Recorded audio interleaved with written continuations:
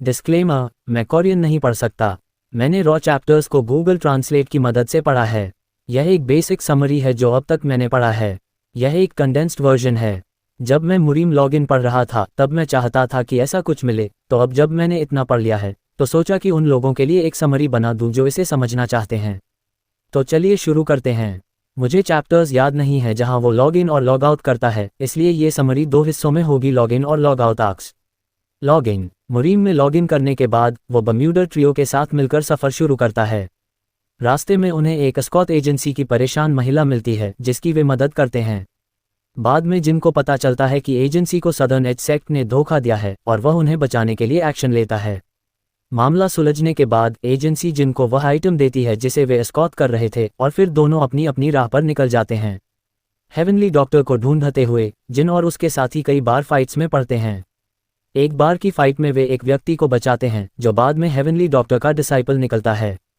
वह जिन पर भरोसा करता है और उन्हें हेवनली डॉक्टर के पास ले जाता है। डॉक्टर फायरकिंग का इलाज शुरू करता है, लेकिन जल्दी ही पता चलता है कि उसे ऐसा जहर दिया गया है जिसे डॉक्टर ठीक नहीं कर सकता। डॉक्टर एक ऐसे सेक्ट की सलाह देता है जो ऐसे मामलों से डील करता है और जिनके पास एक रेलिक धरोहर है जो किसी भी जहर को ठीक कर सकती है। जिन अपनी सिस्टम की मदद से रेलिक का एग्जिस्टेंस वेरीफाई करता है और टीम को वहां ले जाने के लिए मना लेता है। सेक्ट पहुंचने पर पता चलता है कि वे हाई अलर्ट पर हैं क्योंकि हाल ही में पॉइजन किंग की हत्या हुई है और शक डार्क हेवन पर है। सेक्ट लीडर बदला लेने की तैयारी कर रहा होता है, लेकिन जिन और हेवनली डॉक्टर की बातों के बाद वो उनकी मदद करने को राजी हो जाता है। फायर किंग का ट्रीटमेंट सेक्ट के डंजन में होता है जहां कई मुरीम मॉन्स्टर्स रहते हैं। जैसे ही इलाज शुरू होता है जमीन हिलने लगती है। डार्क हेवन सेक्ट पर हमला करता है। डम्पलिंग डूड जिनसे कहता है कि वो गेट की रक्षा करे जबकि वो ऊपर मदद करेगा। लड़ाई के बीच डार्क हेवन का एक ट्रांसेंडेंट मास्टर आता है जो सेक्ट लीडर को हरा देता है और डंजन की तरफ बढ़ता है। जिन उस पर एम्बुश करता है, अपने इन्वेंटरी और लेवल अप एडवांटेजेस का इस्तेमाल करता है, लेकिन फिर भी उसे काफ़ी मुश्किल होती है। इसी दौरान फायर किंग जागता है और जिन को बचाता है। डरकर मॉन्स्टर भागने की कोशिश करता है, लेकिन जिन को केओस के बीच एनलाइटनमेंट पाता है और ट्रांसेंडेंट बनकर उस घायल दुश्मन को हरा देता है। इसके बाद जिन को फायर ड्रैगन गॉड माना जाता है और वह सेक्ट लीडर को माफ़ कर देता है जिसने अनजाने में मॉन्स्टर को उनकी लोकेशन बता दी थी। सब कुछ शांत होने के बाद वे घर लौटने की तैयारी करते हैं।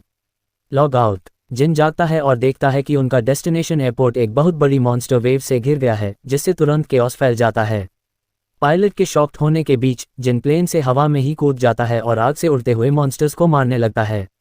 वो ज़मीन पर मुसीबत में फंसी चाइनीज़ आर्मी की भी मदद करता है जिससे उसकी रिस्पेक्ट और रेप्यूटेशन बहुत बढ़ जाती है और वो मॉन्स्टर वेव के लीडर्स को ख़त्म करके खतरे का जल्दी ही अंत कर देता है। इसके बाद जिन को दूसरे एस क्लास हंटर्स मिलते हैं जिनमें से ज़्यादातर फ्रेंडली होते हैं, लेकिन कुछ जैसे चाइनीज़ हंटर और एरीज गिल्ड का वाइस लीडर जिनसे जिनकी पुरानी दुश्मनी है, अच्छा बर्ताव नहीं करते। जब वो सभी राक्षसों से छिने गए एरियाज़ को वापस लेने के मिशन पर जाते हैं जिनकी टीम सबसे बेहतर परफॉर्मेंस दिखाती है। जिनको शक होता है कि कुछ लोग अपनी असली ताकत छुपा रहे हैं। लगातार बैटल्स के बीच जिनको युद्ध की कड़वी सच्चाइयों का सामना करना पड़ता है और वह मॉन्स्टर्स को हराकर तेजी से लेवल अप करता है। जब लिच को पता चलता है कि क्या हो रहा है, वो अपने फोर्सेस को एक शहर में इकट्ठा कर लेता है ताकि ह्यूमंस को वहीं फंसाया जा सके। ह्यूमन कॉलिशन अपनी रैंक्स को डिवाइड करके लिच किंग के स्ट्रॉन्ग होल्ड को घेर लेता है और एक बड़ा हमला शुरू करता है। भारी लड़ाई के बाद अंदरूनी शहर का एटमॉस्फेयर इतना भारी होता है कि ऑर्डिनरी सोल्जर्स आगे नहीं बढ़ पाते। बहुत सोचने के बाद तय होता है कि जिन एरीज गिल्ड के वाइस लीडर और चाइनीज एस क्लास हंटर के साथ मिलकर अकेले लिच का सामना करेंगे।